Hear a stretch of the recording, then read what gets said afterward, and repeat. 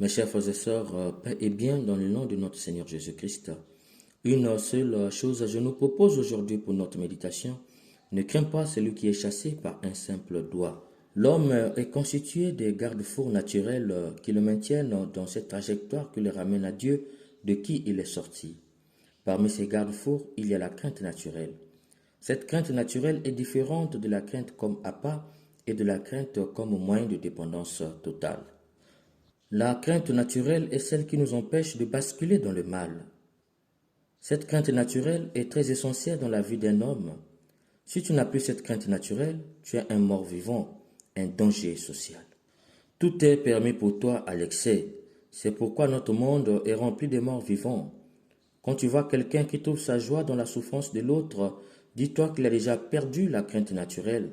Alors il faut faire attention avec une telle personne. À côté de cette crainte naturelle, il y a une crainte dite appât. Elle consiste à tuer la crainte naturelle en l'homme afin de l'attirer dans tout ce qui est mauvais. Elle vient toujours d'un autre qui nous fait peur pour nous faire quitter dans la lumière de Dieu et nous amener dans les ténèbres de Satan afin de nous utiliser à leur guise. À côté de la crainte dite appât, il y a la crainte comme moyen de dépendance totale. Elle est la dernière étape du malin lorsqu'il nous arrache de Dieu et nous amène dans son lieu. Il nous fait peur de sorte que nous soyons fidèles éternellement.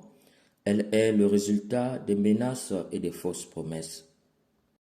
Mes chers frères et sœurs, ne crains pas celui qui est chassé par un simple doigt. Dans la première lecture, le prophète Joël annonce que le jour du Seigneur arrive. Le jour du Seigneur, dit Dominicus en latin, c'est ce qui a donné en français dimanche. Or, nous le savons pour nous les chrétiens, notre dimanche a eu sens que par rapport au vendredi saint. Nous pouvons donc dire sans risque de nous tromper que le prophète Joël annonçait déjà qu'après le vendredi de la passion, de la souffrance et de la mort, il y aura un dimanche de victoire, de gloire, de bonheur et de résurrection. Cependant, qui est l'auteur de ce vendredi de la souffrance? C'est Satan. Le prophète Joël annonçait déjà la victoire des enfants de Dieu sur Satan à travers le Christ qui viendra. Et Jésus arrive dans l'évangile, il annonce la grandeur de Dieu et déclare la petitesse de Satan. Si c'est par le doigt de Dieu que j'expulse les démons, c'est donc que le règne de Dieu est venu jusqu'à vous. Mes chers frères et sœurs, c'est grave ce que Jésus dit ici. Chasser les démons par un simple doigt, cela montre son infinie petitesse. Jésus n'a même pas besoin d'utiliser sa main, juste un doigt. Le comble est que le mot hébreu etzba ne traduit pas le doigt de la main, mais le doigt du pied et plus précisément l'orteil.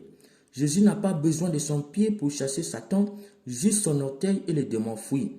Jésus nous montre par là que Satan est vraiment ridicule, inutile et très faible devant Jésus. Seul un chiffon qu'on tire avec un doigt. Jésus nous fait comprendre par là que Satan est vraiment un chiffon. Et donc tous ces adeptes, les démons, les sorciers sont vraiment des chiffons. Mes chers frères et sœurs, ne crains pas celui qui est chassé par un simple orteil. Malheureusement, aujourd'hui, avec l'avènement des églises de réveil, les espoirs de Satan sont valorisés. On parle plus de Satan que de Dieu.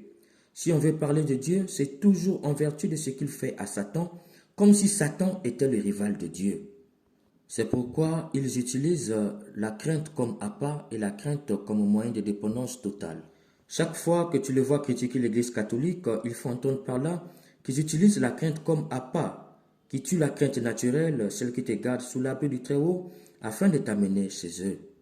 Ils te font croire que si tu restes catholique, tu iras en enfer.